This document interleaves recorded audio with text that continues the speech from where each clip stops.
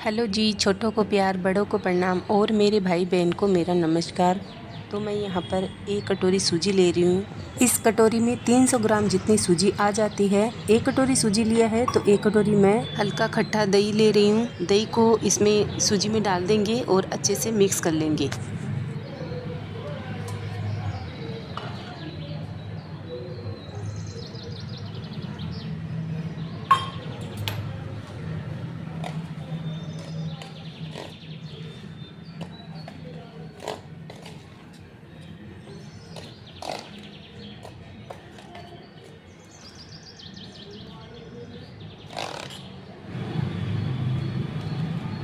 दही को सूजी में अच्छे से मिक्स कर दिया है और सूजी अभी भी टाइट है तो इसमें आधा कटोरी पानी डाल दूँगी।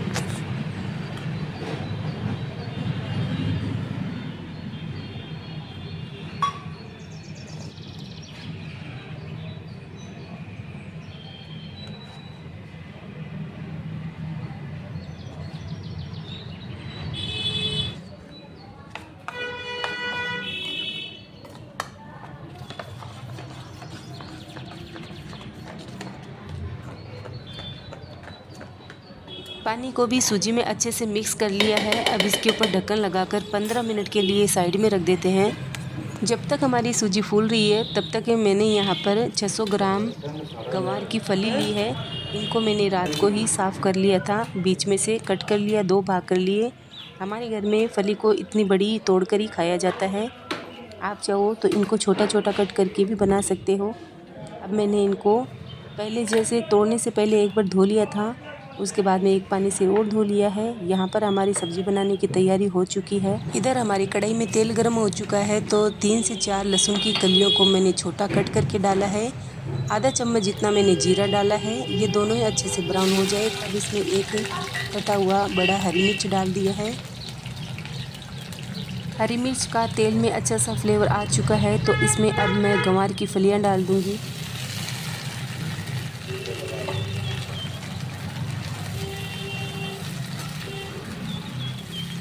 अब कहीं के आपने बाद दिक्कत होगी।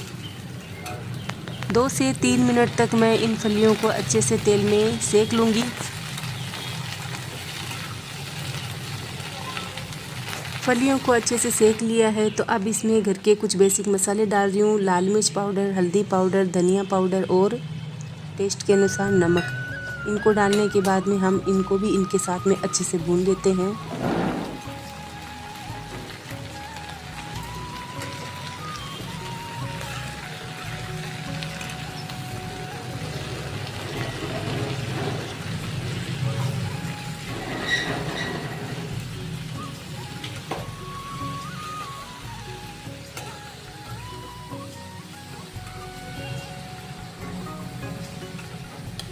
मसालों को भी फलियों के साथ में अच्छे से भून लिया है। अब इसमें आधा गिलास पानी डालकर चलाकर इसके ऊपर ढक्कन लगा देते हैं 2 से 3 मिनट के लिए धीमी आंच पर।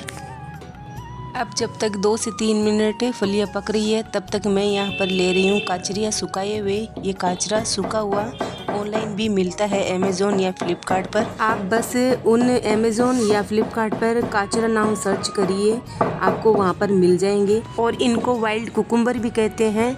अब मैं ले रही हूँ कुछ लहसुन की कलियाँ, इन्हीं के साथ में अच्छे से कूट लूँगी।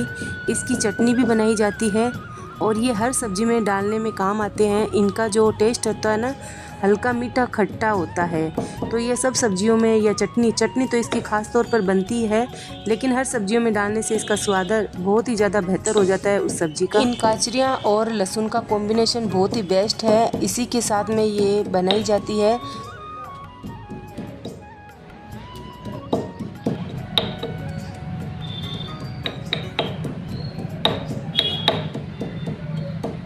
लहसुन और काचरिया को मैंने अच्छे से दरदरा कूट लिया है। अब इनको हम फलियों में डाल देते हैं।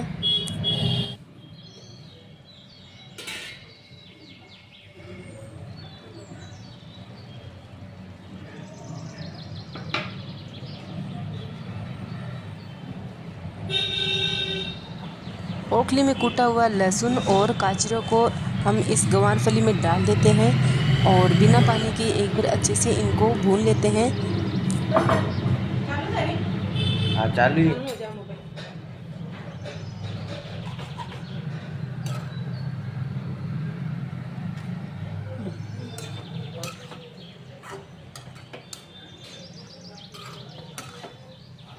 ऑयल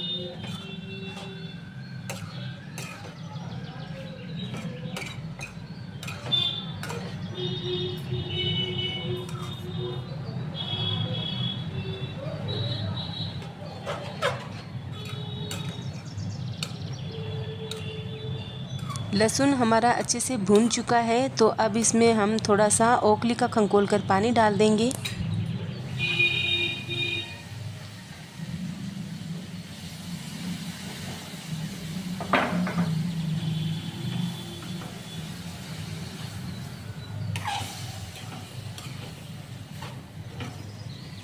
अब मैंने जितना ओखली का खंकोल कर पानी डाला ना, बस उतने हिस्से पानी में हम इन फलियों को पकाएंगे और ये अच्छे से पक भी जाएगी। ज़्यादा पानी डालने से ये पकेगी भी नहीं और ये खाने में भी स्वाद नहीं लगेगी। तो 5 से 7 मिनट के लिए धीमी आंच पर ढक्कन लगा कर रख देंगे।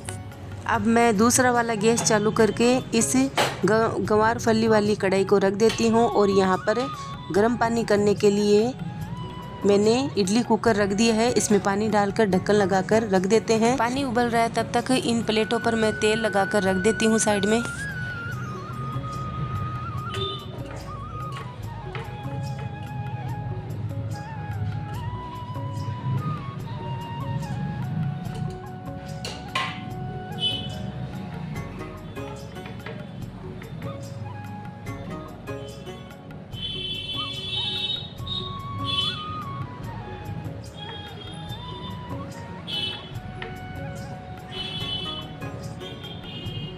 दोनों प्लेटों पर अच्छे से मैंने तेल लगा दिया है और अब इनको हम साइड में रख देते हैं। यहाँ पर हमने जो सूजी घोल कर रखी थी, उस सूजी को 15 से 20 मिनट हो चुके हैं। इनको अच्छे से मिला लेंगे। ये वापस से गाढ़ी हो चुकी है सूजी, तो इसमें थोड़ा सा हम पानी डालेंगे।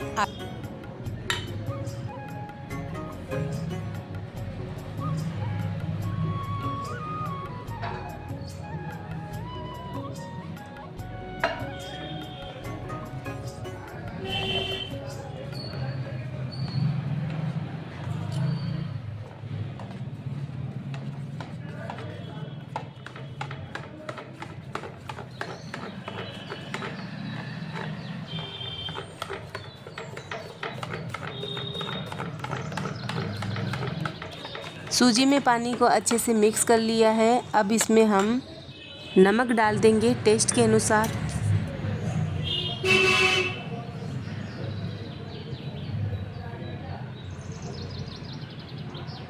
साथ ही में एक हम इसमें इनो डालेंगे।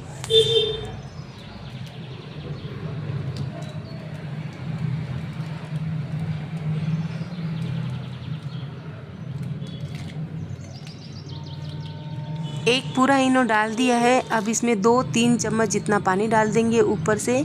इनो डाल देने के बाद में हम एक ही डायरेक्शन में चम्मच से चलाएंगे।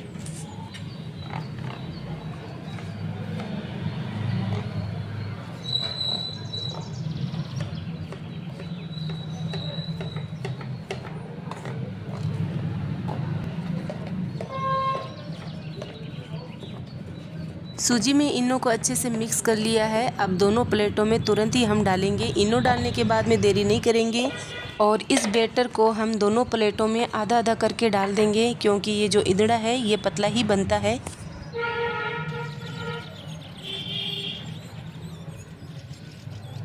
सूजी बैटर को डालने के बाद में प्लेट को हम इस तरह से टैप करेंगे और दूसरी वाली प्लेट में भी इस बैटर को डाल देते हैं।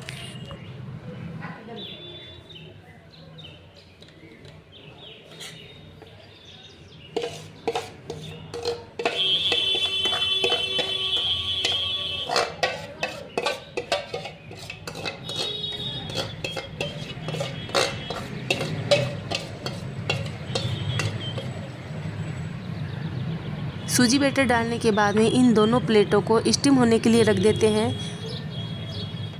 इधर हमारा पानी भी गर्म हो चुका है, तो इसमें मैं एक टुकड़ा नींबू का डाल रही हूँ, ताकि जो हमारी कढ़ाई है ये गंदी नहीं दिखे। जब पानी उबलता है ना, तो पूरी कढ़ाई ख़राब हो जाती है। नींबू डाल देने के बाद में हमारी कढ़ाई बिल्कुल भी गंदी नहीं होती है।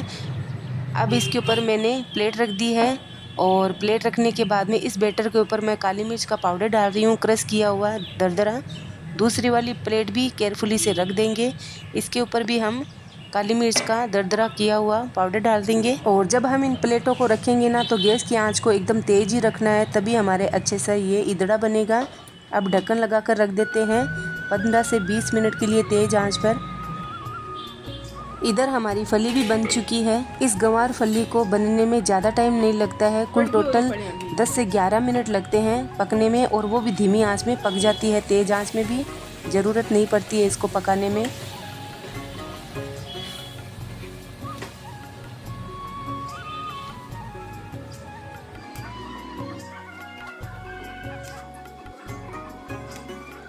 चटपटी मसालेदार काचरियों की फली बनकर तैयार है। इसको आप बाजरे की रोटी, गेहूं की रोटी या परांठे के साथ में खा सकते हो। ये बहुत ही ज़्यादा अच्छी लगती है खाने में। चटपटी मसालेदार काचरियों की फली। इसको ढक्कन लगाकर गैस को बंद कर देंगे।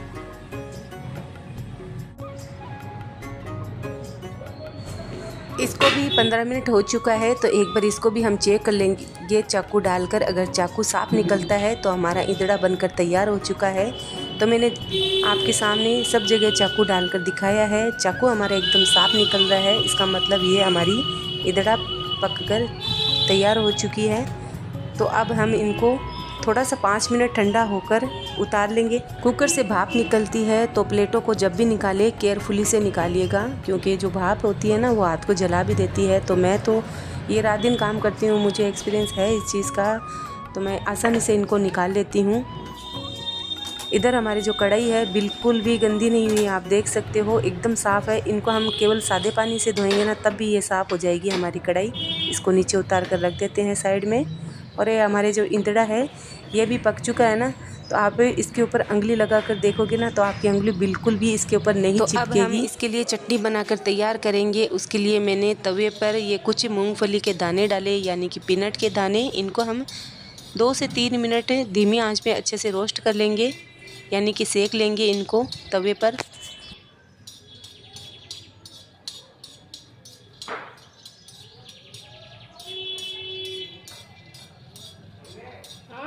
मूंगफली के दाने 80% तक रोस्ट हो चुके हैं, यानी कि पीनट के दाने 80% तक सिक चुके हैं। तो इनके साथ में हम 1 चम्मच उड़द की दाल और 1 चम्मच ही चने की दाल को भी इसके साथ में ही सेक लेंगे, ताकि ये जो मूंगफली के दाने हैं वो भी और अच्छे से सिक जाए, कच्चे अंदर तक नहीं रहे धीमी आंच में।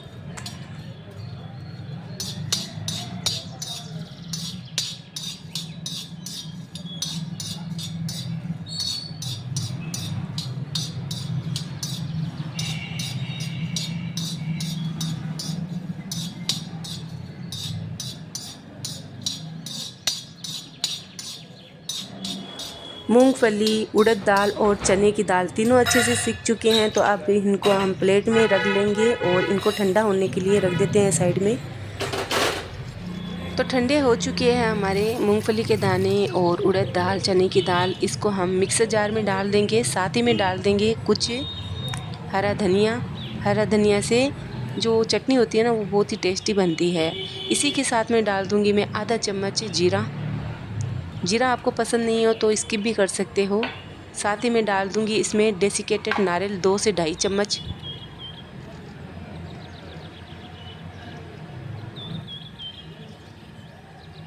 दो से 3 तीखी वाली हरी मिर्च डालेंगे, बीच में से तोड़ लेते हैं। तोड़ने के बाद में अच्छे से ये पिस जाती है। और डाल देंगे इसमें हम 3 से 4 काजू। इसी के साथ में काला नमक भी डाल देंगे टेस्ट के अनुसार।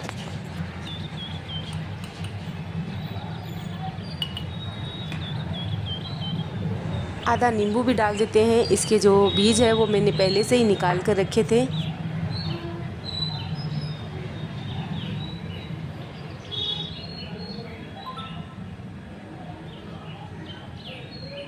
मिक्सर में इसको अच्छे से पीस लेते हैं।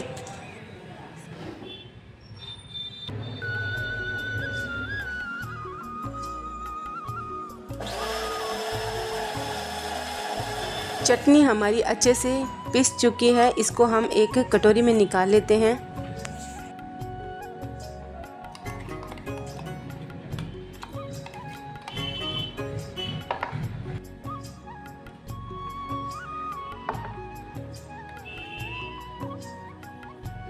क्या हुआ? क्या हुआ?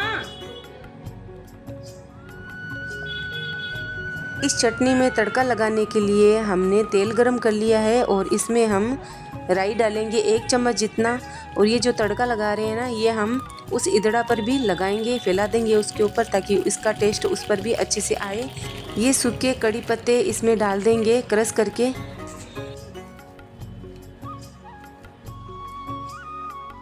तड़का हमारा अच्छे से तैयार हो चुका है, तो हम इस चटनी में 2 से 3 चम्मच डाल देंगे।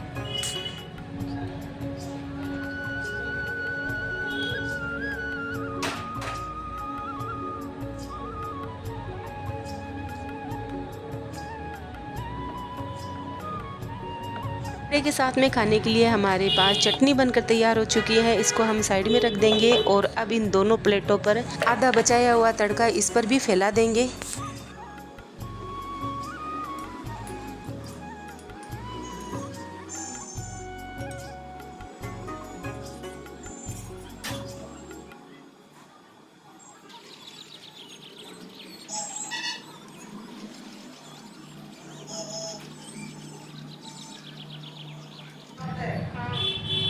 तड़के वाली राई और तेल को अच्छे से मैंने इसके ऊपर फैला दिया है। अब इसके ऊपर कटा हुआ धनिया डाल देंगे और इनको हम काट लेंगे।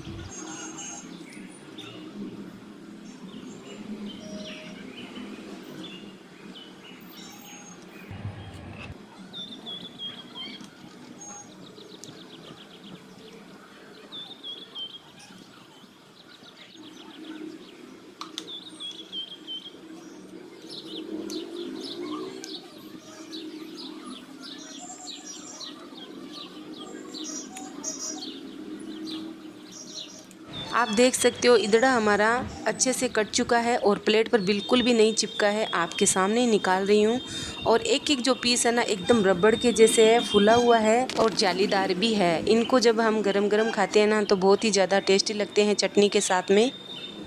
अंदर से एकदम सॉफ्ट है, स्पॉन्जी है।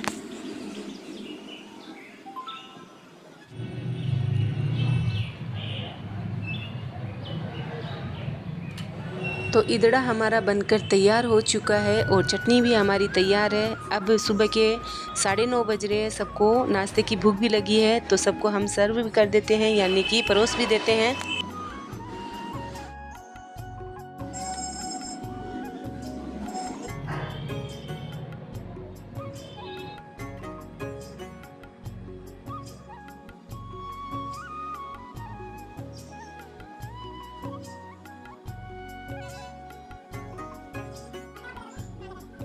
सबका सुबह का नाश्ता हो चुका था और इसी के साथ में मैंने जो गंवार की फली बनाई थी काचरियों के साथ में, उस गंवार फली के साथ में खाने के लिए मैं यहाँ पर तकरीबन 1 बजे गेहूं की रोटियां भी बना रही हूँ।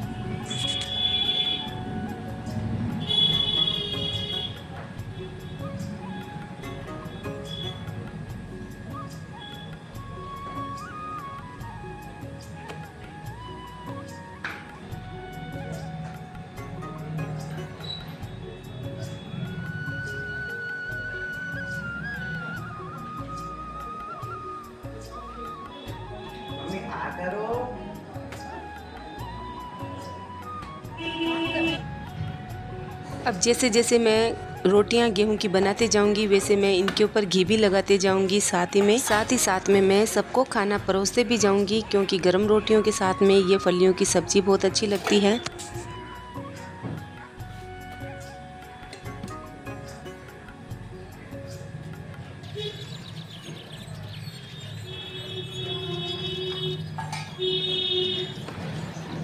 गेहूं की रोटियों पर मैंने घी लगा दिया है और थाली में मैंने परोस दी है काचरियों की फली की सब्जी, साथ ही में दही।